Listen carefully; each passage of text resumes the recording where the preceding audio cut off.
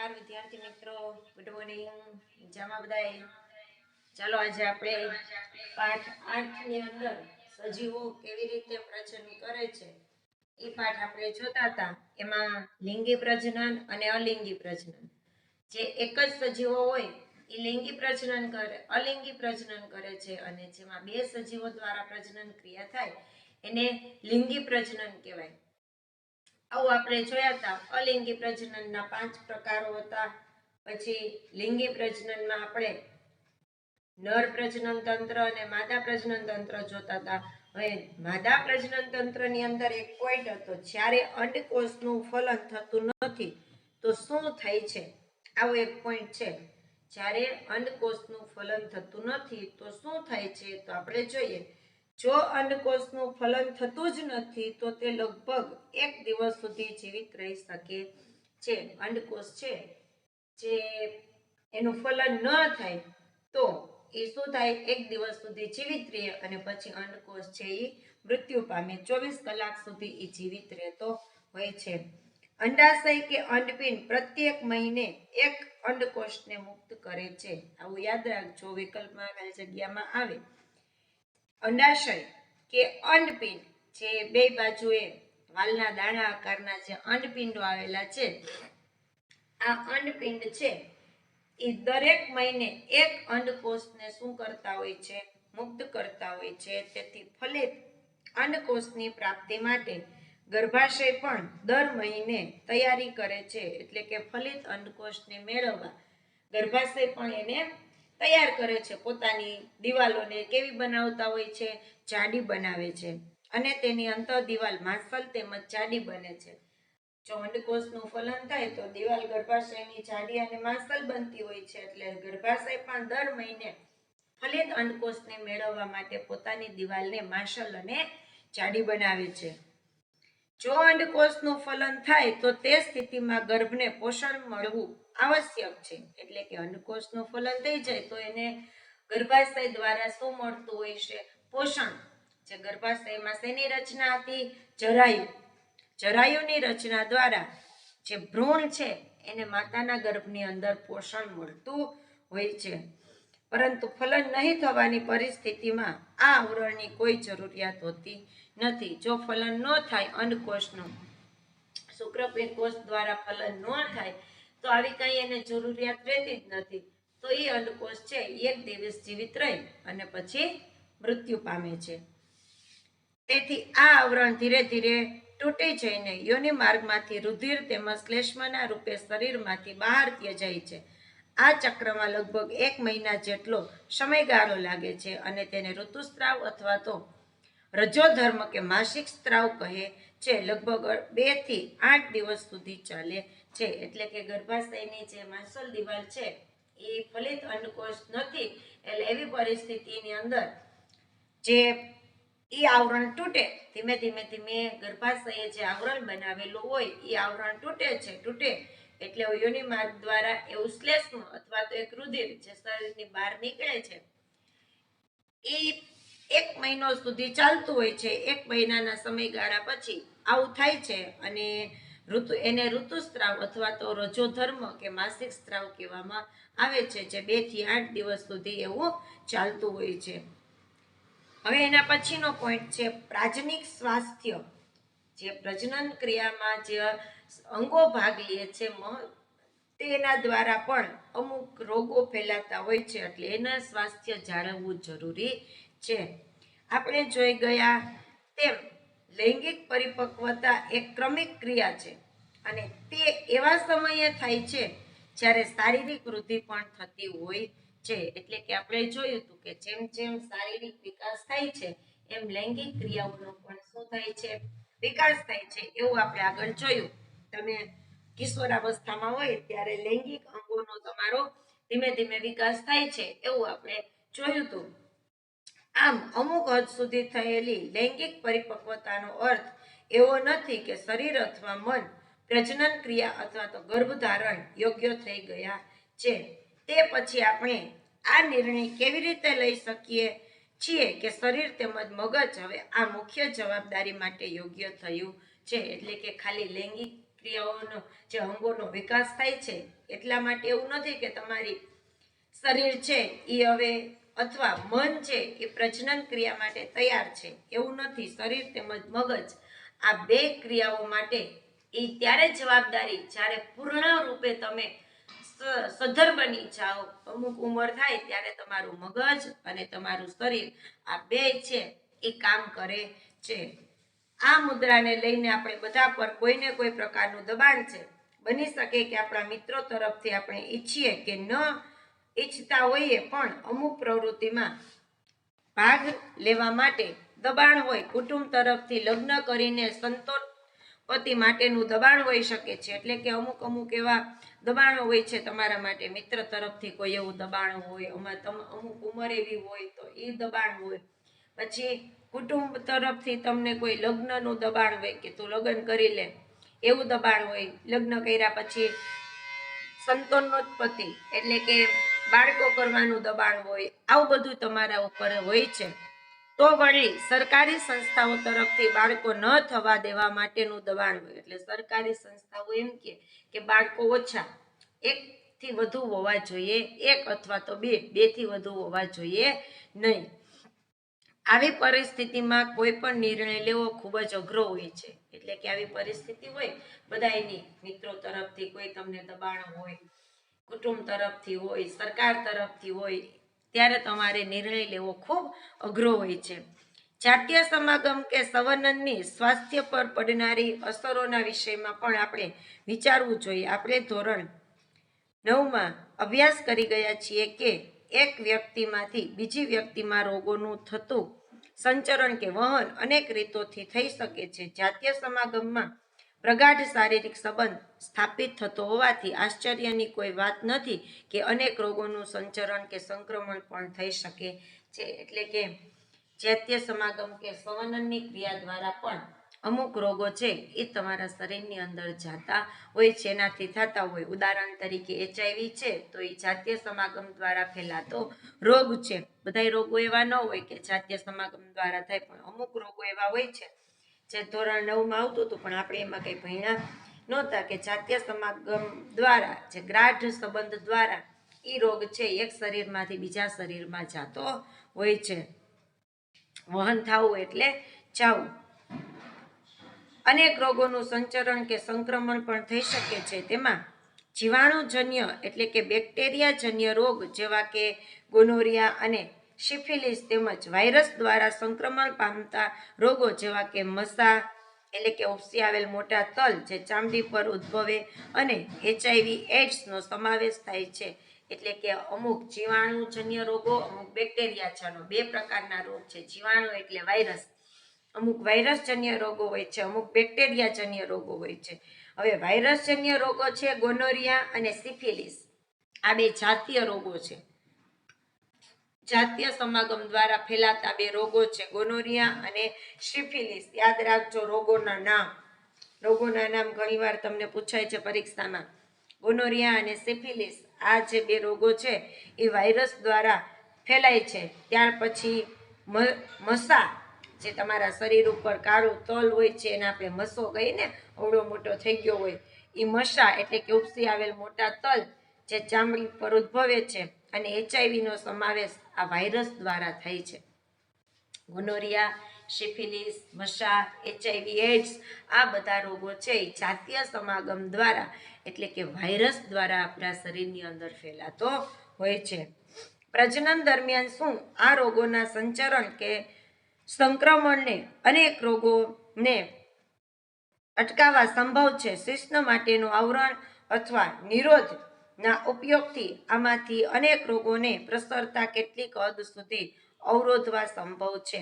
એટલે કે પ્રજનન ક્રિયા દ્વારા આ રોગોનો ન ફેલાવો થાય એટલા માટે, એટલે કે જે પ્રજનન ક્રિયા દરમિયાન અમુક રોગો ફેલાતા હોય છે, એડ્સ છે, સિફિલિસ છે, ગોનોરિયા છે, મસા છે, આ રોગો પ્રજનન ક્રિયા દ્વારા ફેલાય છે. એને અટકાવવા માટે શિશ્ન ઉપર એવું એક આવરણ હોય જેને નિરોધ કહેવાય, ગર્ભ નિરોધક. આ જે ગર્ભ નિરોધક છે એ રોગોને ફેલતા તમારા શરીરમાં અટકાવે છે.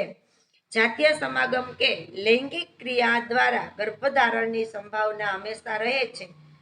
ગર્ભધારણની અવસ્થામાં સ્ત્રીના શરીર તેમજ ભાવનાઓની માંગ તેમજ જરૂરિયાત વધી જાય છે, પરંતુ જો તે સ્ત્રી તેના માટે તૈયાર નથી તો આ ઘટનાથી તેના સ્વાસ્થ્ય પર વિપરીત અસર પડે છે. એટલે કે જાતીય સમાગમ કે લૈંગિક ક્રિયાઓ દ્વારા ગર્ભધારણની સંભાવના વધતી હોય છે. જાતીય સમાગમો દ્વારા ગર્ભધારણ થાય છે. ત્યાર પછી જો ન કરવાનું હોય ગર્ભધારણ તો અમુક એવી જે ગર્ભ નિરોધક ગોળી આવતી હોય છે, કોઈ એવું નિરોધ આવતું હોય છે, એવું હોય છે. એટલે કે એનાથી સ્ત્રીની ભાવનાઓ વધી જાય છે, એક બાળક પ્રત્યેની ભાવના છે એ વધી જતી હોય, અને જોઈ ન હોય તો એના સ્વાસ્થ્ય ઉપર વિપરીત અસર પડે છે. તેથી ગર્ભધારણ રોકવા માટેની અનેક રીતોની શોધ થયેલી છે. આ ગર્ભ વિરોધી ઉપચારો અનેક પ્રકારના હોય છે. એક રીત કે પદ્ધતિ યાંત્રિક અવરોધની છે, જેમાં શુક્રકોષને અંડકોષ સુધી પહોંચવા દેવામાં આવતો નથી. શિશ્નને ઢાંકનારા નિરોધ અથવા યોનિમાં રાખી શકાય તેવા અનેક સાધનોનો ઉપયોગ કરી શકાય છે. એટલે કે ગર્ભધારણ ન કરવું હોય તો એના માટેના અનેક સાધનો છે. એટલે કે શુક્રકોષ છે એને અંડકોષ સુધી ન પહોંચવા દેવા માટે એવું એક યાંત્રિક અંત્ર આવે. પછી જે સ્ત્રીઓની અંદર હોય યોનિ માર્ગની અંદર પણ એવું એક સાધન રાખે, જેને કારણે ગર્ભધારણ થઈ શકે નહીં, તેથી ફલિત થઈ શકતું નથી. આ દવાઓ સામાન્ય રીતે ગોળીના રૂપમાં લેવાય છે, પરંતુ આ દવાઓ અંતઃસ્ત્રાવના સંતુલિતને પરિવર્તિત કરે છે, જેથી તેની કેટલીક વિપરીત અસર પણ થઈ શકે. ગર્ભ નિરોધક ગોળી પણ આવતી હોય છે, જે અંડકોષ છે એ શુક્રકોષનું ફલન ન કરે એટલા માટે એવી ગોળી આવતી હોય છે. પણ આ ગોળી છે એ તમારા શરીરની અંદર અંતઃસ્ત્રાવોને ઘટાડે અને અમુક સમયે તમને એની તમને વિપરીત અસરો તમારા શરીરમાં જોવા મળતી હોય છે. ગર્ભધારણને રોકવા માટે કેટલીક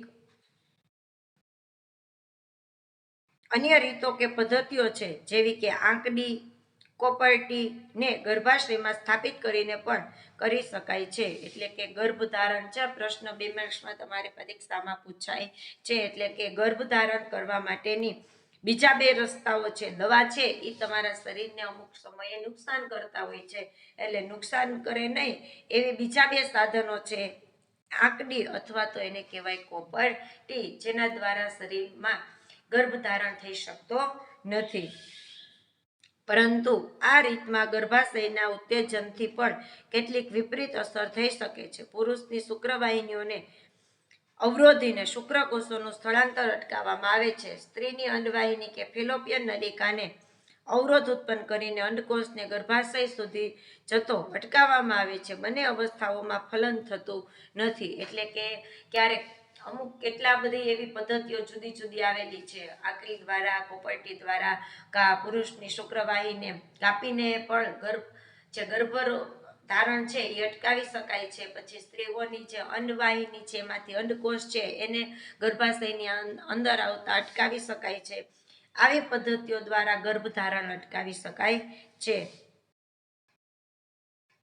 બંને અવસ્થાઓમાં ફલન થતું નથી. શસ્ત્રક્રિયા તકનીકી દ્વારા આ પ્રકારના અવરોધ ઉત્પન્ન કરી શકાય છે. જો કે શસ્ત્રક્રિયાની તકનીક ભવિષ્ય માટે સંપૂર્ણતઃ સુરક્ષિત છે. શસ્ત્રક્રિયા દ્વારા જે ગર્ભધારણ અટકાવવામાં આવે છે એ સંપૂર્ણ સ્વસ્થ છે, તો એની શરીર ઉપર કોઈ વિપરીત અસર થતી નથી. પણ જે ગર્ભ નિરોધક ગોળીઓ છે એની લાંબા સમયે તમારા શરીર ઉપર વિપરીત અસરો થતી હોય છે. પરંતુ સાવચેતી વગર થયેલી શસ્ત્રક્રિયા સંક્રમણ અથવા બીજી અનેક સમસ્યાઓ ઉત્પન્ન થઈ શકે છે. શસ્ત્રક્રિયાથી અવાંછિત ગર્ભને દૂર પણ કરી શકાય છે. આ તકનીકનો દુરુપયોગ તે લોકો દ્વારા થાય છે જેઓ કોઈ વિશિષ્ટ પ્રકારની જાતિના નવજાત શિશુને ઈચ્છતા નથી. એટલે કે આવી પદ્ધતિ છે એનો ઉપયોગ માણસો છે એ ગર્ભધારણને અટકાવવા માટે, એટલે કે નવજાત શિશુને ન રાખવા માટે, ગર્ભની અંદર સ્થાપિત ન કરવા માટે આવી શસ્ત્રક્રિયાનો ઉપયોગ કરતા હોય છે. એવા ગેરકાયદેસર કાર્ય ખાસ કરીને માદા ગર્ભને પસંદગીપૂર્વક ગર્ભપાત હેતુ કરવામાં આવે છે. એટલે કે અમુક એવા ગેરકાયદેસર જે ઘણા બધા લોકો, હવે તો એવું થઈ ગયું બેટી બચાવો અને એવા બધા અભિયાનો કેટલા બધા આવી ગયા, નકર બાળકને શરીરની અંદર જ હજી જન્મ ન થયો હોય ત્યાં જ એને શું કરવામાં આવતું હોય છે, ગર્ભપાત દ્વારા એને દૂર કરવામાં આવતું હોય છે અને બાળકને મારી નાખવામાં આવતું હોય છે. એટલે કે અમુક એવા જે સરકારે ગેરકાયદેસર હતા આવા કે જે બધાય સોનોગ્રાફી કરી અને ચેક કરે કે છોકરી છે તો એને ગર્ભપાત કરી અને એને શરીરની અંદર જ શું કરવામાં આવતી, મારી નાખવામાં આવતી હોય છે. એ બધા ગેરકાયદેસરના કાર્ય છે, એ આ શસ્ત્રક્રિયા દ્વારા અટકાવી શકાય છે. એક સ્વસ્થ સમાજ માટે માદા નર લિંગનો ગુણોત્તર જળવાઈ રહે તે આવશ્યક છે. જો આપણા દેશમાં ભ્રૂણનું લિંગ પરીક્ષણ એક કાયદાકીય ગુનો છે. લિંગનું ભ્રૂણ પરીક્ષણ એટલે જે સોનોગ્રાફી દ્વારા માતાના ગર્ભની અંદર બાળ દીકરી છે કે દીકરો છે એ જાણવા માટે માણસો સોનોગ્રાફી કરાવી. જો દીકરી હોય તો એને ત્યાં જ હજી એનો જન્મ ન થાય ત્યાં જ એને શું કરવામાં આવતી હોય છે, ગર્ભપાત દ્વારા એને મારી નાખવામાં આવતી હોય છે. એટલે કે એટલા માટે જ જે નર અને માદાનો રેશિયો છે એ ઓછો હતો. 1000 પુરુષોએ 900 માદા જ હતી, જેને કારણે 100 પુરુષો છે એ એમને એમને રખડવું પડતું હોય છે. એટલે કે નર અને માદા લિંગનો ગુણોત્તર જળવાઈ રહે એ આવશ્યક છે. એટલે જ આપણા દેશમાં ભ્રૂણનું લિંગ પરીક્ષણ એક કાયદાકીય ગુનો છે, એટલે ગુનો બને છે. હવે કોઈ એવું કરતા નથી, માતાના ગર્ભની અંદર એવું કોઈ પરીક્ષણ કરી દેતા નથી કે એ ભ્રૂણ છે એ છોકરી છે કે છોકરો છે એવું હવે તપાસતા નથી. એ એક ગુનો બને છે. છતાં આપણા સમાજની કેટલીક જાતિઓમાં માદા ભ્રૂણની હત્યા નિર્દય રીતે થઈ રહી છે. એટલે પહેલાના જમાનામાં એવું હતું કે જો દીકરી જન્મે તો એને દૂધ પીતી કરવામાં આવતી. એટલે દીકરી જન્મી હોય ને એને મારી નાખે. દીકરીને રાજાઓ ન રાખતા પહેલાના જમાની અંદર. રાજાઓ કે ગમે એ રિવાજને દૂર કર્યો. તમે સમાજની અંદર ભણતા કે એ રિવાજને દૂર કર્યો. ત્યાર પછી આવું આધુનિક તકનીકી આવ્યા, એમાં દીકરીને મારી નાખવામાં આવતી. એ પણ સરકારે અમુક કાયદાઓ દ્વારા એ ગુનો ગણાતો અને એને જેને એવું કરે એને સરકાર સજા પણ કરતી હોય છે. એટલે કે હજી પણ એવા ઘણા અમુક જાતિના એવા લોકો છે જે દીકરા દીકરીની અંદર ફરક માનતા હોય. આવા જે સમાજના લોકો છે એ હજી પણ આવા ભ્રૂણને મારી નાખતા હોય છે. તેથી આપણા દેશમાં શિશુલિંગ ગુણોત્તર તીવ્રતાથી ઘટી રહ્યો છે, જે ચિંતાનો વિષય છે. એટલે જ આપણા દેશની અંદર આવું બને છે કે દીકરીઓને મારી નાખે છે અને છોકરાઓને રાખે છે, જેને કારણે જે શિશુલિંગ છે એટલે કે આવા જે સ્ત્રી નર અને માદા લિંગનો ગુણોત્તર છે એ ઘટતો જાય છે. પુરુષોની સંખ્યા વધતી જાય છે અને સ્ત્રીઓની સંખ્યા આપણા દેશમાં ઘટતી જાય છે. આપણે પહેલા જોયું કે પ્રજનન એક એવી ક્રિયા છે જેના દ્વારા સજીવ પોતાની વસ્તીની વૃદ્ધિ કરે છે. એટલે કે આપણે જોયું કે પ્રજનન ક્રિયા દ્વારા એક સજીવ છે એ એની વસ્તીની શું કરે છે, વૃદ્ધિ કરે છે. પ્રજનન ક્રિયા દ્વારા સજીવો છે એ વસ્તીની વૃદ્ધિ કરે છે, એના જેવો સજીવ બીજો ઉત્પન્ન કરે છે. એક વસ્તીમાં જન્મદર તેમજ મૃત્યુદર તેના કદને નક્કી કરે છે. જનસંખ્યાનું વિશાળ કદ ઘણા લોકો માટે ચિંતાનો વિષય છે. એટલે કે જનસંખ્યા વધતી જાય, જેટલો જન્મદર હોય એટલું સામે શું હોવું જોઈએ, મૃત્યુદર હોય. મૃત્યુદર ઓછો છે, જન્મદર વધે છે, જેના કારણે વસ્તી વધારો થાય છે. ધીમે ધીમે ધીમે આપણા દેશમાં પણ કેટલી વસ્તી વધી ગઈ. ભારતનો બીજો નંબર આવવા માંડ્યો. વસ્તીની દ્રષ્ટિએ ચીન છે એનો પહેલો નંબર આવે અને ભારતનો બીજો નંબર આવતો હોય છે. તેનું મુખ્ય કારણ એ છે કે વધતી જતી વસ્તી કે જનસંખ્યાને કારણે પ્રત્યેક વ્યક્તિના જીવન સ્તરમાં સુધારણા લાવવી લગભગ અસંભવ કાર્ય છે. જો સામાજિક અસમાનતા આપણા સમાજનું નિમ્ન જીવન સ્તર માટે જવાબદાર છે, તો વસ્તીનું કદ આ મહત્વ એટલા માટે તુલનાત્મક રીતે ઓછું કે મર્યાદિત રાખવું જોઈએ. જો આપણે આપણી આસપાસ જોઈએ તો શું તમે જીવનના નિમ્ન સ્તર માટે જવાબદાર સૌથી મહત્વપૂર્ણ કારણોની ઓળખ કરી શકો છો? એટલે કે આપણા દેશની અંદર જનસંખ્યા ન વધે, ધીમે ધીમે વસ્તી ઓછી થાય, એવું કરવા માટે સરકાર અનેક પગલાઓ લેતી હોય છે. અને એને જે તમારા મનની અંદર જ સરકાર કહે એના કરતાં સમાજનું જે નિમ્ન જીવન સ્તર છે એ એના માટે જવાબદાર હોય છે. વસ્તીનું કદ છે એ મહત્વનું, એટલે કે એ ધીમે ધીમે ધીમે ઓછું હોય, ઓછું થતું જાય તો આપણા દેશમાં વસ્તી ઓછી હોય. જેમ વસ્તી ઓછી હોય એમ વસ્તુને ખાનારા માણસો ઓછા હોય. અમુક દેશમાં જો સાવ વસ્તી ઓછી હોય તો એ દેશ સમૃદ્ધ છે.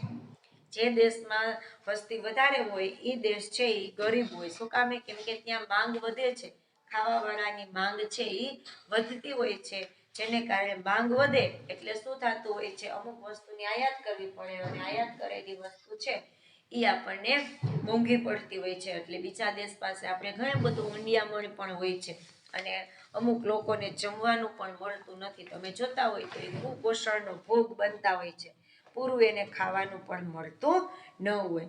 ચાલો આજે આપણે અહીંયા પાઠ પૂરો થાય છે, 8મો પાઠ. આ પાઠની અંદર આપણે લિંગી અને અલિંગી બે પ્રજનનના પ્રકારો જોયા અને જે ડીએન ની અસર છે એના દ્વારા જે રંગસૂત્રો છે એની પ્રતિક્રિયા આપણે આ પાઠની અંદર જોઈ. અહીંયા સુધી આપણે રાખીએ.